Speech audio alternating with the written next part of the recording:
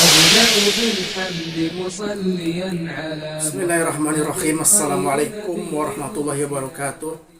Ikhwah sekalian, pada kesempatan hari ini ada sebuah faidah yang dimuat oleh Imam Nasiruddin Al-Albani rahimahullah ta'ala dalam Sahih Adabul Mufradnya. Dalam mukadimahnya beliau menukil faidah dari Alamah Abdurrahman Al-Yamani Al-Muallimi rahimahullah ta'ala. Paparkan tentang kutipannya bahwa banyak para pakar yang sudah meneliti kondisi kaum muslimin. Kenapa kondisi kaum muslimin itu berada dalam kelemahan, kerendahan, kehinaan, dalam keterpurukan? Ini kenapa? Mereka, para pakar yang mengadakan riset, yang menemukan jawaban bahwa bu'dihim an haqiqatil Islam, karena jauhnya mereka dari hakikat Islam yang sebenarnya. Nah, kenapa dikatakan jauhnya kaum muslimin dari hakikat Islam yang sebenarnya? Dan itu menjadikan ini khitat, keterpurukannya kaum muslimin. Ya karena terjadi pada kaum muslimin iltibas malaysa minad-din imma huwa minhu. Adanya sebuah percampuran sesuatu yang bukan dari agama masuk dalam agama. Nah, ini katanya, bukan kata saya. Kemudian dha'ful yaqin imma huwa minad-din. Justru katanya, itu mereka lemah keyakinannya terhadap sesuatu yang itu dari agamanya. Ini bagian dari agama loh. Ini Islam loh. Malah dia ragu, dia lemah, dia tidak meyakini kebenaran apa yang diajarkan oleh nabinya, apa yang diberitakan oleh nabinya. Kemudian adamul amal bi ahkamiddin. Kemudian tidak mengamalkan hukum-hukum yang sudah ditetapkan, itu adalah hukum yang terdapat di agama Islam itu sendiri. Tidak mengamalkan hukum-hukum yang sudah ditetapkan dalam Islam. Ini kutipan yang dikutip oleh Al-Imam Al-Albani rahimahullah ta'ala. Kemudian beliau menanggapi, menurut saya, kata Al-Imam Al-Albani, bukan menurut saya.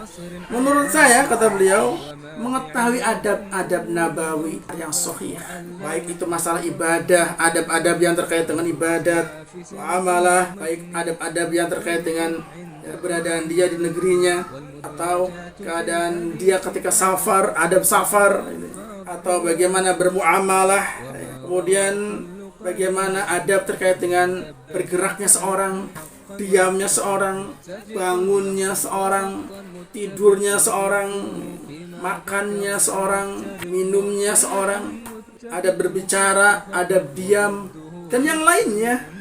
Ini yang terbiasa dan yang sering seorang itu berinteraksi dengan adab-adab tersebut. Setiap aktivitas itu ada adab-adabnya. Dipelajari adab-adabnya ini, ketahui adab-adabnya ini, kemudian ia pun mengamalkan. Kata beliau, saya rasa adab-adab yang diajarkan oleh Nabi dalam Islam ini, yang senantiasa kaum muslimin beraktivitas dengan amalan tersebut, itu bukan perkara yang sulit, perkara-perkara yang mudah.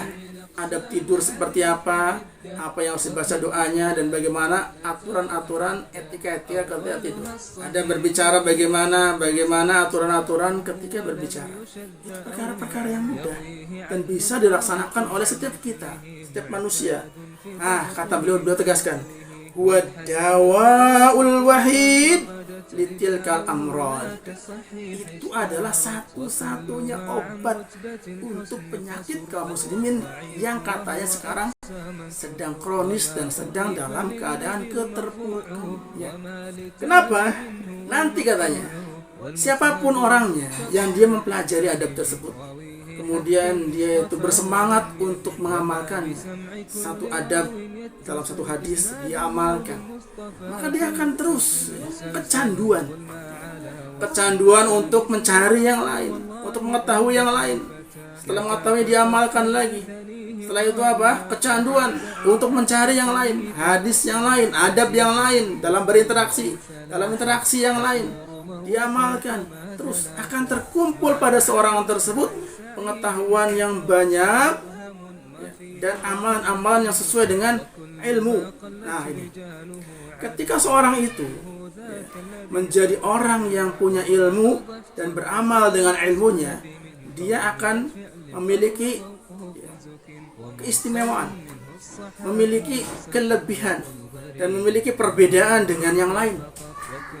Akan menjadi figur, akan menjadi contoh, dilihat oleh orang lain, dan akan diikuti oleh orang lain. Yang katanya sekarang kan sedang krisis figur ya, karena krisis ilmu yang diamalkan, karena krisis amal yang didasari dengan ilmu.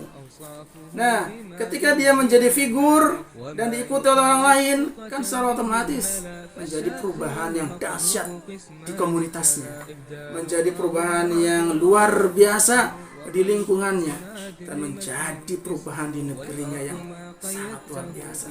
Dan Islam bukan hanya berkaitan dengan adab masuk kamar mandi dan tidur. Kalau berbicara adab Islam, semua aktivitas kaum muslimin, semua aktivitas manusia diatur dalam Islam. Kalau orang tadi terus menambah ilmu, menambah satu adab, menambah satu aktivitas, menambah satu ilmu dalam aktivitasnya, akan terus dipelajari sampai kepada bagaimana aktivitas ketika dia menjadi seorang presiden. Sampai dia akan mempelajari dan mengamalkan bagaimana aktivitas dan adab ketika dia menjadi seorang pengusaha. Apapun yang dia berinteraksi harian akan ditemukan dalam Islam dan akan dipraktekkan oleh dia, dan akan menjadi contoh buat yang lainnya, menjadi barokah hidupnya buat dirinya dan buat komunitasnya, buat negerinya, dan buat semuanya.